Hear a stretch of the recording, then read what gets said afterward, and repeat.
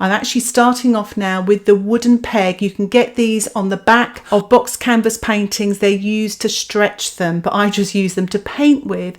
So I'm actually printing now with this, and I'm using phthalo blue with a tiny touch of the red oxide, but you can just use blue and brown. So I've just put the horizon in by printing it in, and now I'm just putting in these buildings by just sort of scraping along with the wooden peg. What's great about them is you can just get the sort of basic shapes, and if you look at the reference photograph, you can just get these rectangles and squares and use the side of the wooden peg, the tip of it, really it's a very versatile painting tool.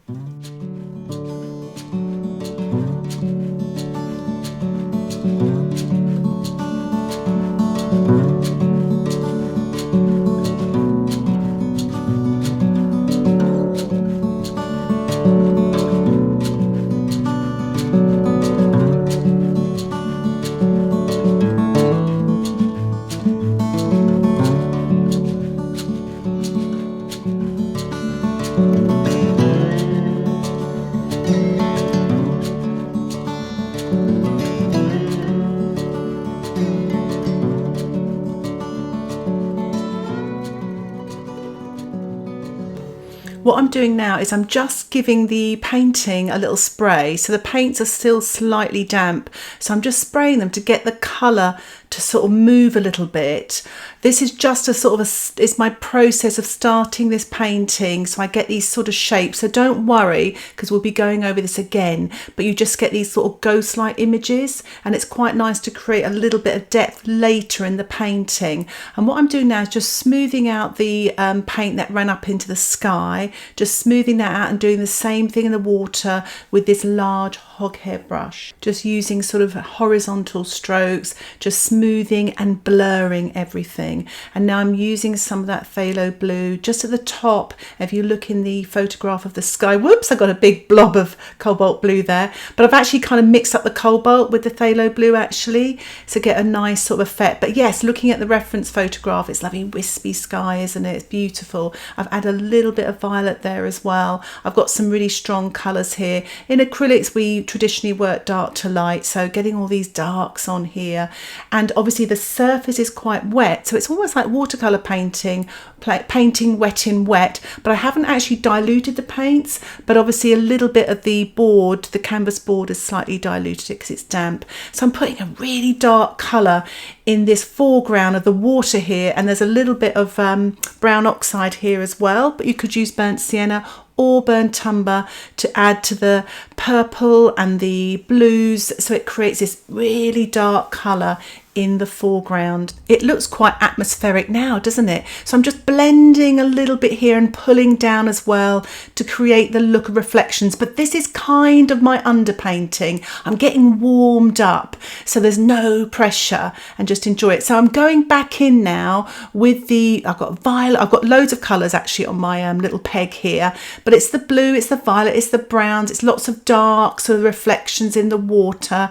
I've just smeared them, and actually now I'm using some white now. Everything is still wet, by the way. I'm using some white just at that where that big cloud is in the centre of the sky, and I'm just blurring this on now with my large brush. I have given this brush a really good rinse, by the way, because obviously it had blues and things like that on it, so the brush has been cleaned off so I can put the white on. I did pick up a little bit of yellow there, unfortunately, but I'm just going to ignore it. I'll get rid of it later, but just smearing this on to give that look of that beautiful sky and these lovely colours. And I'm just doing the same thing to the water now, just horizontal strokes, blending it through. Don't worry about those reflections you did under there, they'll come through, little bits of it will come through.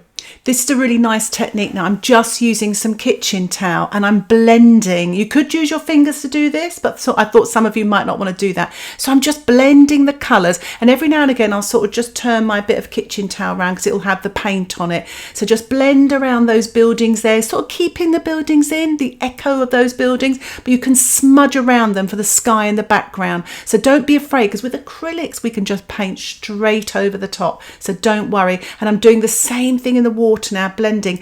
Now each stage of this I'm almost tempted to leave the painting. I quite like it, it's quite abstract, but now I have actually dried the painting and now I'm using the plastic card. It's just a store card cut up and I'm printing with that as well. It gives some very fine marks, and I've gone straight back in with my little wooden peg as well, because I find with the wooden peg you get sort of chunkier marks, but you could carry on with the card.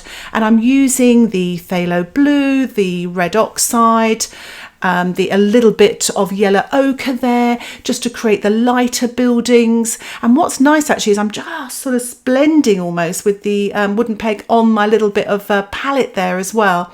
But just I'm building up, again, looking at the reference photograph, you've got all these sort of light buildings, more ready tone buildings, and then the much darker or the white buildings as well. So I'm just trying to get that in there, some very thin, sort of slightly wider, taller. So you can really sort of play around with the different shapes, and it doesn't have to be exactly like the photograph. Or you could just choose your own photograph as well. So now I'm printing the reflections again, just going down, just painting these in again. You know, don't worry too much about it looking perfect. Just have fun with it. And the thing about painting is we are all different. We've all got something to say. So I'm showing you these techniques, but if yours looks different, that's a good thing as well. It doesn't have to look exactly like mine. The important things are these sort of tutorials. It gets you painting, gets you seeing these different techniques and trying out different things and seeing what you like, what suits your style.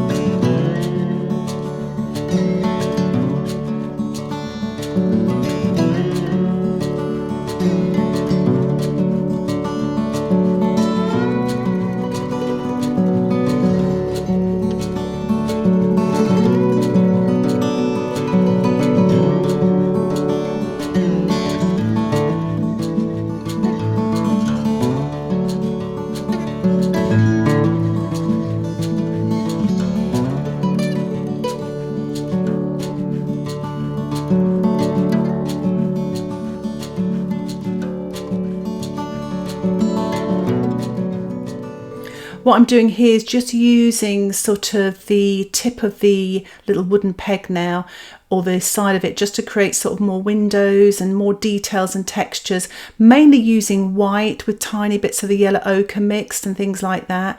And I'm putting some final bits of reflections in the water as well, just finessing, just finishing off. The beauty of this technique is you can sort of take it where you want to bring it, sort of thing, how you want your painting to look, how much detail you want to put in. But I'm just putting some little light accents here and there, just to polish it, sort of thing, just to finesse it, and just putting a little bit more light on the sort of water's edge there as it is.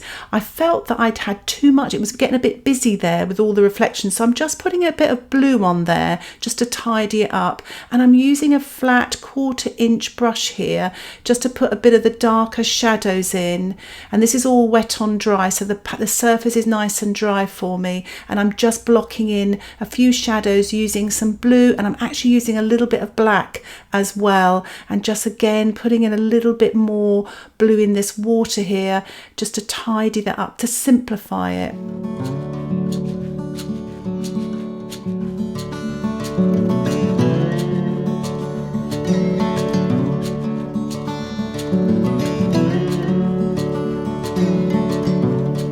I really hope you've enjoyed this tutorial and it inspires you to have a go. If you'd like to see more tutorials like this, please subscribe to my YouTube channel and you'll get updates of my latest videos. Thanks again for watching. Happy painting. Bye for now.